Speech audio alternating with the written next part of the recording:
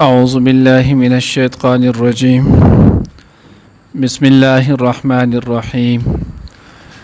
وقال الملك ائتوني به فلما جاءه الرسول قال ارجع إلى ربك فاسأله ما بال النسوة التي قطعن أيديهن إن ربي بكيدهن عليم قال ما خطبكن إذ راوتن يوسف عن نفسه قلنا حاشا لله ما علمنا عليه من سوء قالت امرأة العزيز الآن حصحص الحق أنا راودته عن نفسه وإنه لمن الصادقين ذلك ليعلم أني لم أخنه بالغيب وأن الله لا يهدي كيد الخائنين. نرانی درس کو انشاءاللہ العزیز سورۃ یوسف پارہ نمبر 12 رکوع نمبر 7 آیات نمبر 50 51 52 درې آیاتونه چې نو هغه ویلې کېږي. کله چې یوسف علیه السلام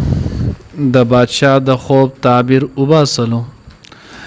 او بادشاه ته چې نو هغه خوب بیان کړی شولو نو بادشاه چې نو هغه وی چې دا سنم منکس دی دا کس تاسو مال راولی چې زه دی وینم او د نزو خپل دغه خوب براه راست چې نو د هغې تعبیر واورم. نو چې کله د هغه بادشاه قاصد ولیږلو یوسف علیه السلام جیل کې ولوله نو د هغه ورته رالو چې تاسو بادشاه چې نو هغه ستاسو د رهایۍ د ازادۍ حکم یې کړی او د هغې سره بادشاه چې نو هغه تاسو غواړي تاسو ته وایي چې ډایرکټ زما دربار ته راشئ. حضرت یوسف علیه السلام ورته وفرمیل چې بادشاه پسې لاړ شه او بادشاه ته ووایه چې یوسف علیه السلام وایي چې زه در هغې وخته پورې نشم درتلی تر څو چې نو د هغې ښځو نه تپوس وکړی شي کومو ښځو چې لاسونه خپل کټ کړي ول چې دوی خپل لاسونه ولې کټ کول د هغې وجه چې نو هغه څه وه. نو کله چې دغه قاصد واپس راله او بادشاه ته یې دغه خبره بیا وکړله نو د هغه بیا د دغې دپاره تفتیش کولو. صحیح بخاری، صحیح مسلم،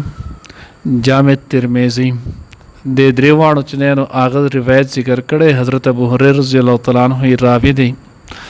د هغې مفهوم چې نو هغه دا دی چې حضور علیه السلام فرمایلو که چېرته ما دومره موده د یوسف علیه السلام په شانتي په جیل کې تیره کړی وي او بیا قاصد راغلی وي نو ما به د هغه دا خبره ډایرکټ منلې وه او زه به د جیل نه وتلی وم. خو یوسف علیه السلام د هغې باوجود بیا هم چې نو هغه جیل کې ایسارېدل وغوښتل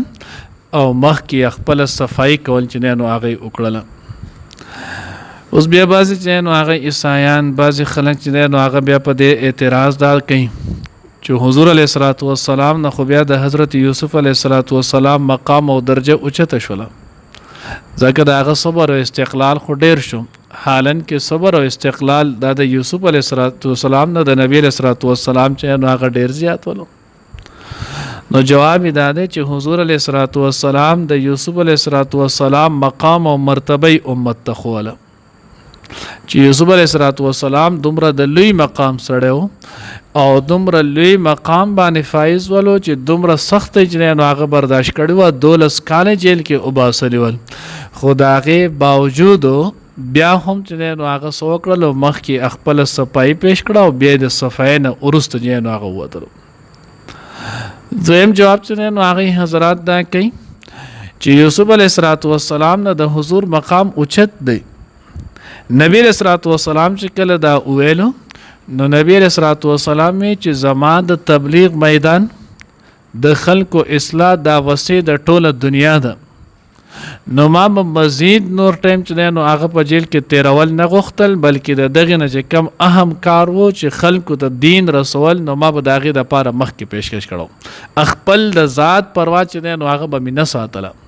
بلکې د هغې دپاره به زه د دغې نه مخکې وتلم او یوسف علیه السلام مخکې خپل د ذات چې دی نو هغه خیال وساتلو، مخکې وی چې زما صفایي چې دی نو هغه د پیش شي، زما د صفایي نه وروستو به چې نو هغه زه درځم. درېیمه وجه چې دی نو هغه دا ده چې یوسف علیه السلام دا د دې وجې نه چې نو هغه وویلو چې ځکه یوسف علیه السلام ته اندازه ولګېدله چې بادشاه به چې نو هغه اوس ما ته کیدای شي څه اهم عهده هم دغه کوي، ځکه چې هغه زما د خوب نه زما د علم نه چې نو هغه دومره متاثره شو تقوا نه، نو دی به کیدای شي ماله څه عهده هم راکول غواړي. نو که عهده دی ماله راکوي او بیا د هغې نه وروسته زه خپله صفایي پیش کوم، نو زه به په عهدې باندې فایز یم، او چې کله زه په عهدې باندې فایز یم نو بیا به خلک چې نو هغه وایي چې وګوره دا د هغه د عهدې خیال ساتلی شو، نو د عهدې کې و ځکه خلکو چې نو هغه د یوسف علیه السلام تایید کړی دی.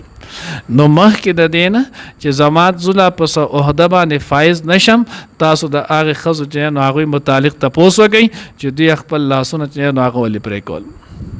اوس سوال چې دی نو هغه بیا دا واردېږي چې دلته خو یوسف علیه السلام جیل ته چې تلو نو دا خو د زلیخې په وینا باندې تلو، نورو ښځو خو چې نو هغوی څه دی جیل مطالبه نه وه کړې، نو بیا ولې یوسف علیه السلام د زلیخې نوم وانخیست او وی چې ما بال النسوة التي قطعن ایدیهن، چې ټولې ښځې چې نو هغې پکې ذکر کړلی. نو وزرات وی د هغې وجه دا ده چې یو خو دا دی چې په زلیخې د هغوی باندې چې نو هغه د پردې دپاره د چا نوم چې نو هغه اخیستل نه ښه. نو یوسف علیه السلام د دغې تعلیم دپاره چې نو ما بال النسوة التي چې نو هغې وویلو او د یو خاص کس چې نو د هغې نوم یې وانخیستو.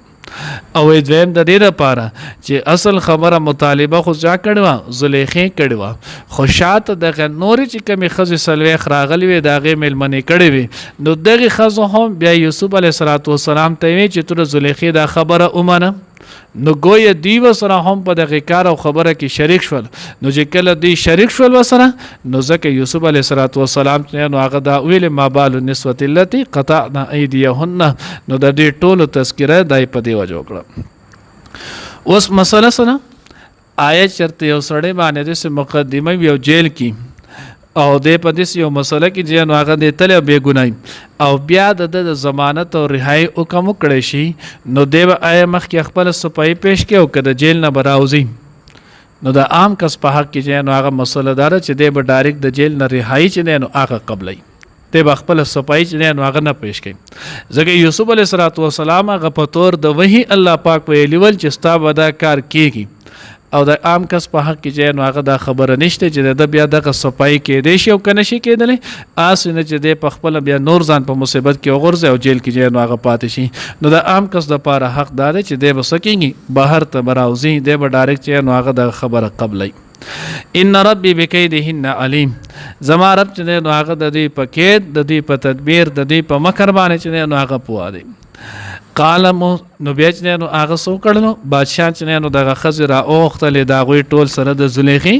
قال ما خطبکن اذ راوتن یوسف عن نفسه، نو تپوس دی وکړلو چې ستاسو څه مقصد و، ستاسو څه حال ولو چې کله تاسو یوسف علیه السلام نه چې نو هغه مطالبه وکړله. قلنا حاشا لله ما علمنا علیه من سوء، ټولې چې نو الله پاک ورته ګویا کړلې، ټولې ښځې چې نو هغه په دقې خبره باندې ګویا شولې. حاشا لله، سبحان الله، حاشا په معنی چې نو هغه سبحان الله پاکي د الله پاک لره. مونږ د یوسف علیه السلام کې ذره برابر چې نو هغه هم بدي او د بدۍ نیت چې نو هغه نه ولیدلی، مونږ هغه بالکل پاک او صاف چې نو هغه منتلو. نو په دغې سره چې نو هغه خصوصا د یوسف علیه السلام براءت او پاکي بیان شوله، خو اصل مسله هغه بیا عزیز مصر د ښځې وه، نو ځکه د هغې بیا په خپله هغه هم الله پاکه ګویا کړله چې بالکل یوسف علیه السلام چې نو هغه پاک او صاف شي. قالت امرأة العزیز الآن حصحص الحق، نو چې کله دوی خپله ګواهي خپله خبره دا چې نو هغه پیش کړله، دوی صفایي د یوسف علیه السلام وکړله، نو بیا زلیخې چې نو هغه وویلو حصحص الحق، وس چې نو هغه خبره حق ښکاره شوله صحیح خبره چې نو هغه دا ده انا راودته ما یوسف علیه السلام چې نو هغه غولول کوشش وکړلو ما د هغه چې نو هغه خپل ځان ته د مایلولو چې نو هغه کوشش وکړو و انه لمن الصادقین او یقینا هغه چې نو هغه د رښتینو نه دی د هغه په خپله خبره کې رښتیا دی چې هغه پاک دامنه دی د هغه ماته د دغې خبرې چې نو هغه نیت او اراده یې نه وه کړې خو ما چې نو هغه دغه کمې کړو ذلك ليعلم اني لم اخنه بالغيب وان الله لا يهدي كيد الخائنين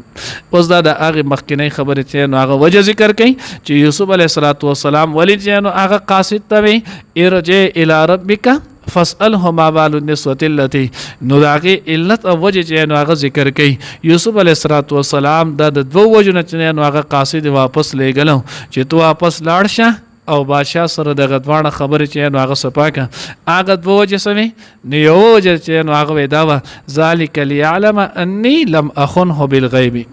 چې بادشاه ته چې نو هغه دا پته ولګي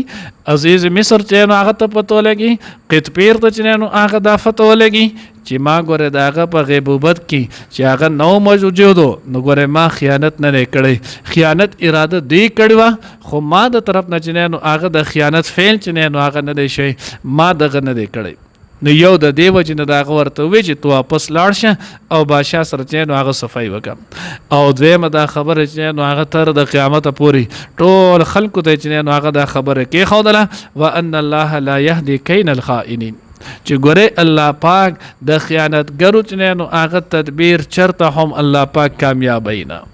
که چېرته یو سړی چې نو هغه خیانت کول غواړي نو د خیانتګر مرسته الله چې نو هغه چېرته هم نه کېدی چېرته هم کامیابي چې نو هغه نه مومي نو نن که ماته کامیابي میلاو شوې ده یا ماته کامیابي چې نو هغه میلاویږي د دې واحد وجه دا ده چې زما کې دننه خیانت موجود نه ولو ځکه الله رب العزت چې نو هغه ماله کامیابي راکړه نو د دغې دوو وجو دپاره یوسف علیه السلام دغه قاصد چې نو هغه واپس لیږلو او د هغې اظهار چې نو هغې په دې ایتونو کې وکړو الله دې موږ ته صحیح پوهه نصیب کړي وقال او اویل یوسف وقال الملک او اویل بادشاہ ائتونی به چې راولی ما ته هغه فلما پس هر کله جاءه الرسول چې راغلو د هغه ته قاصد د بادشاہ قال نو اویل یوسف علیه السلام ارجع واپس لاړ شه الی ربک خپل مالک ته فاسأله پس تپوس وکړه د هغه نه ما بال النسوة التي چې څه حال دی د هغې ښځو قطعن ایدیهن چاته کړکړی خپل لاسونه ان ربي بشک زما رب کیدهن د دې په مکر باندې علیم خپوا دی قال نو اویلو بادشاہ ما خطبکن سو اراده سو مقصد ستاسو اذ راوتن کله چې تاسو را وبللو یوسف علیه السلام ان نفسه داغه د نفسنا قلنا نو دوی اویل حاشا پنا لله د الله پاکی د الله لرا ما علمنا علیه مونږ نو لیدلې پاغه باندې من سو سبدی قالت امرأة العزیز نو اویلو چې نو خزید د عزیز قطفیر الان حصحص الحق وسکار شو ظاهر شو حق خبره انا راودته ما چې نو هغه رابللو عن نفسه د هغه د نفسنا وانه لمن الصادقین او بشک هغه و د رښتیا ویونکونه ذلک لیعلم دا د پاره د دې چې پوه شي انی لم اخنه چې بشک ما خیانت نه دی کړی بالغیبی په غیبه پشام وان الله او دا چې الله تعالی لا يهدي كيد الخائنين چې نو هدایت نه کوي چلین الله پاک تدبیر چې نو هغه فریب د خیانتګرو